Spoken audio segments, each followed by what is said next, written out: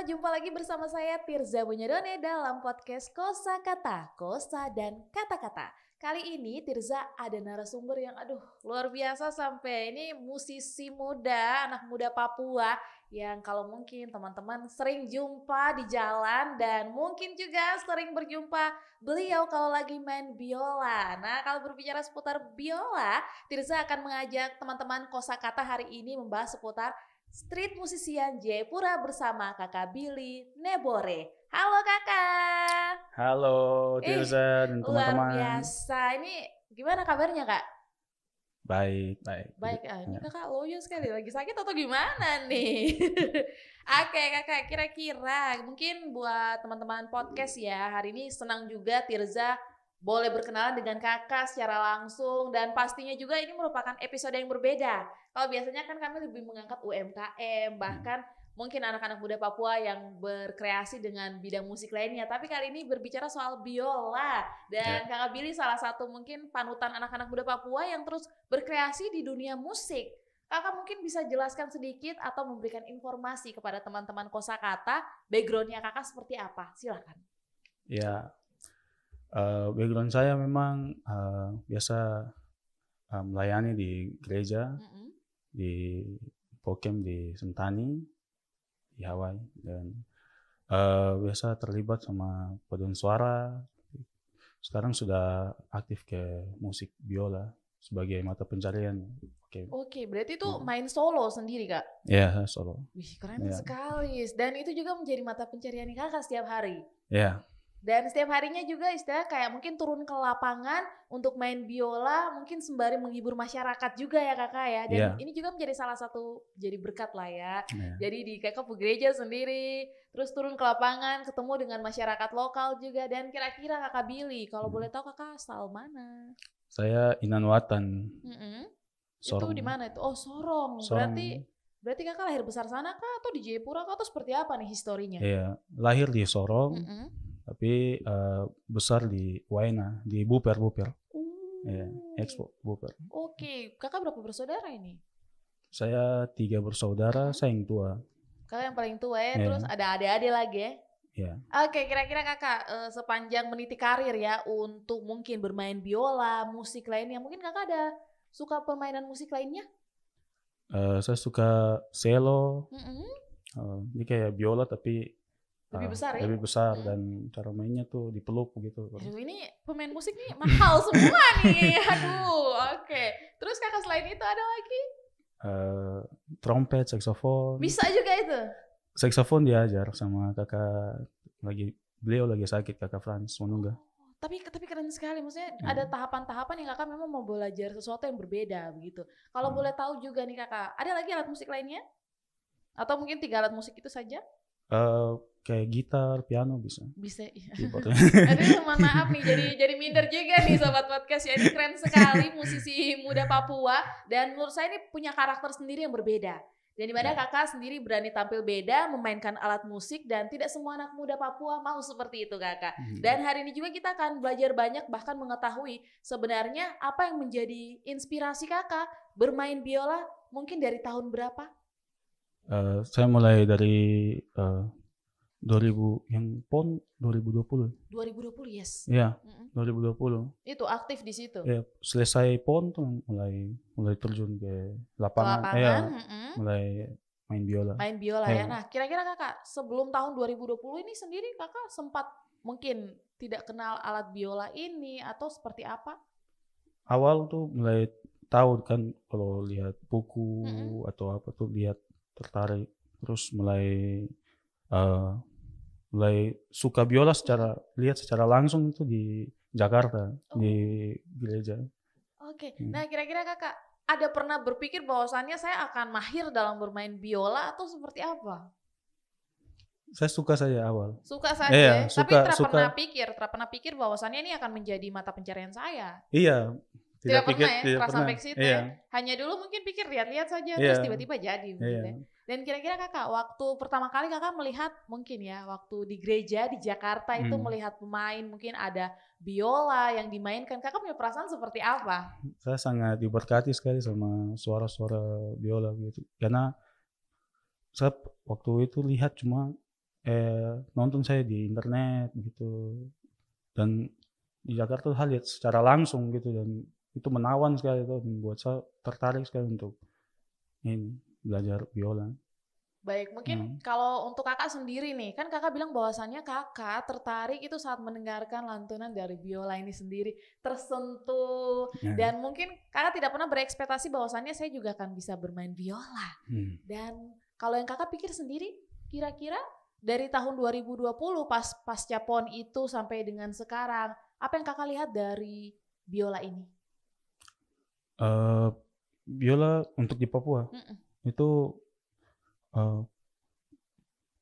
jarang orang mainkan. Jarang ya, mungkin benar sekali. Ya, terus mungkin mereka ada yang sudah bisa main biola atau punya biola, tapi mungkin jarang latihan dan juga mental untuk tampil di kayak umum tuh itu. Nah, terus apa, mental dan juga mereka punya rasa minder gitu. Jadi kepercayaan dirinya kurang begitu ya kakaknya. Oke, nah ini kalau berbicara seputar dengan kepercayaan diri ya, memang banyak dari kita tuh suka minder. Nanti lihat satu bagus, aduh saya kayaknya kurang ini. Nah kira-kira kakak ini kan sudah dari 2020, tentunya Tramuda juga tuh membangun kepercayaan diri untuk tampil di depan umum, apalagi sehari-harinya saat ini ketong show-nya itu di depan masyarakat, di tempat umum langsung. Kira-kira seperti apa? Itu dilatih sama mulai ikut dari kembali ke gereja lah gitu. Dikasih punya hati untuk melayani begitu. Dan awal mula saya mulai bisa berani-berani untuk tampil tuh ketemu kakak Charles Toto. Mungkin teman-teman semua tahu. Panutan saya juga itu.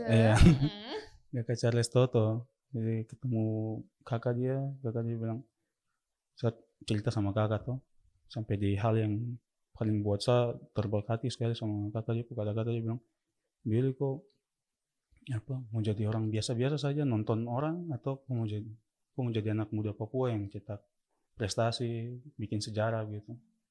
Dan saya pilih yang option yang kedua. Yang cetak sejarah ya? Cetak sejarah. Jangan jadi penonton. Jangan jadi penonton. Cakep sekali. Dan dari situ juga pastinya kakak punya motivasi ya untuk mengembangkan juga kakak punya bakat bermain biola ya secara bertahap juga ya. Karena mungkin kan maksudnya dari 2020 kan sampai sekarang kan proses belajar itu pasti ada tuh kakak. Dan pastinya juga ada harapan ke depannya tuh. Kira-kira kakak yang paling bikin ini pusing waktu latihan biola nih apa? Biola nih karena dia tidak ada pembatas kayak fret kayak gitar gitu atau piano tanda-tanda. Nah ini pakai feeling, pakai perasaan sekali ya. Sama cello, biola tidak ada dia punya fret itu kayak batas-batas do re mi fa sol. Ini ya tidak ada dia pembatas yang biasa kita melihat kayak apa warna-warna apa kayak dia punya ruangan-ruangan gitu, do re mi fa sol itu tidak ada. Berarti ini benar-benar murni pakai perasaan ya? Pakai perasaan, terus keseimbangan, pakai dia punya stick biola. Jadi seimbang. Jadi antara teknik gesek yang untuk senar satu ke senar yang berikutnya tuh harus tidak boleh bersentuhan gitu. Harus kayak gini. Oh ya, langsung dipraktekkan. Itu satu, tidak boleh gesek kayak tidak boleh begitu, harus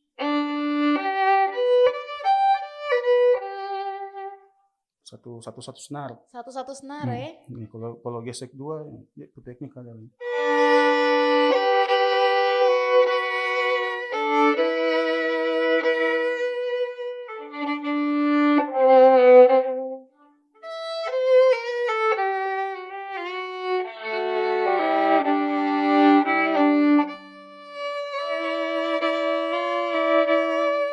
Itu dua senar. Tapi memang biola tuh untuk itu perasaan sama keseimbangan. Dia punya teknik awal. Ini luar biasa ya. Saya lihat aja nih. Saya nggak tahu. Saya tidak tahu ya soal dengan perbiolaan. Tapi ini luar biasa. Maksudnya saya jarang sekali lihat anak-anak muda Papua yang bertekun dengan fokus dengan satu musik saja ini. Dan memang biola ini jarang dimainkan oleh anak-anak muda Papua yang ya harus punya perasaan yang memang menyentuh alat ini juga terasa sembarang ya istilahnya kayak gitu ya. Kalau kakak mau cerita sedikit historinya ya, histori mungkin struggle-nya, sulitnya waktu bermain kan apa ya, kalau perasaan ya pasti pakai feeling ya. Tapi kan biasanya, aduh ini sudah cukup sampai sini nih. Aduh ini kayaknya sakit nih tanganku atau begini. Bagaimana kakak? Iya,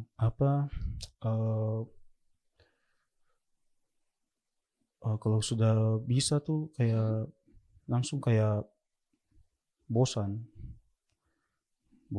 dan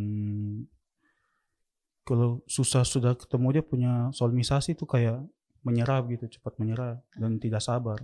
Oke. Oh, berarti ini Harus kesabaran juga. Saya nggak sabar, berarti tidak cocok. Hanya tidak dikasih bakat itu. Cuma dikasih ke kakak Billy, ini luar biasa. Yang artinya juga kakak melihat bahwasannya ketong sebenarnya bisa ya. Kan kadang kan orang jadi stuck di satu tempat di posisi itu yang kayak aduh ini kayaknya susah sekali buat saya, jadi saya menyerah di situ. Tapi sebenarnya harus kembali juga ke kita bahwa kita harus sabar ya. Karena masing-masing proses itu ada batasnya juga tuh, tergantung kita mau tekun atau tidak. Benar. Nah kira-kira kakak dari proses ketekunan kakak sendiri, kalau tadi kan kita backgroundnya kakak sendiri kan hobinya main di lapangan ya, di jalan, bahkan mungkin ketemu masyarakat secara langsung. Apa yang menjadi daya tariknya kakak sebenarnya selain jadi berkat ya kakak ya, silakan. Itu juga karena waktu itu tuh saya cari kerja dan itu pas COVID, jadi setengah mati sekali. Dan saya tidak menyerah. Kembali ke kata kakak Charles Toto juga, aku mau jadi penonton kah? Aku mau cetak sejarah. Jadi saya mau cetak sejarah. Saya pilih saya mau cetak sejarah. Jadi saya berani saya buang sapu ego, saya buang punya rasa malu untuk bisa nafkahi sapu hidup sendiri, untuk tidak bergantung sama orang tua atau keluarga, apalagi saya laki-laki tuh. Jadi saya harus survive hidup ya. Wih, saya suka nih kalimatnya. Tidak boleh malu. Kadang ini anak Papua nih capek, bukan kadang lagi. Gengsinya tuh tinggi sekali. Mau jualan sedikit di lapangan itu, nanti ada yang lihat sah. Ya kenapa kalau ada yang lihat? Toh kita cari duit itu halal ya. Jadi dari segi manapun kalau kita lakukan itu dengan percaya diri, dengan kebanggaan, barang apa jadi? Ya toh kakak. Kira-kira nih kakak terakhir buat kakak sendiri. Kakak yang bertekun di perbiolaan ini, melihat bahwa musik-musik di tanah Papua, bahkan musisi di tanah Papua nih sebenarnya mampu tidak sih bersaing bahkan ke skala nasional sampai ke internasional? Ya, sangat bisa. Karena anak-anak Papua bukan sombong, tapi sepertinya Tuhan kasih bakat musik gitu ke anak-anak Papua, dari musik alam Papua, jadi terus lingkungan orang Papua juga suka musik, sangat suka musik. Mau kemana saja musik, mau mendayung musik, mau masak musik, mau lakukan pekerjaan keras musik, mau kemana-mana musik, mau beribadah musik. Jadi memang Papua dari dalam kandungan tuh sudah dengar musik. Jadi untuk mau skala internasional tuh bisa. Yang penting ya? Yang penting ada guru, yang penting ada yang support dan kasih ruang gitu untuk anak-anak Papua. Baik, ini luar biasa sekali. Yang artinya juga anak-anak Papua nih sudah kenal lah sama dunia permusikan nih dari alam. Jadi terasa susah lagi buat ketong itu untuk belajar sabar, pakai hati, dan lebih tekun lagi untuk hal-hal yang ingin ketong lakukan ya. Dan terakhir ini kakak, nanti kalau mungkin teman-teman podcast Kosakata mau jumpa kakak di lapangan, kakak biasanya main di mana? Mungkin bisa kasih informasi buat dorang dan mungkin kasih wejangan-wejangan motivasi buat dorang yang mungkin suka biola tapi takut-takut begitu. Silakan kakak Billy. Ya, jadi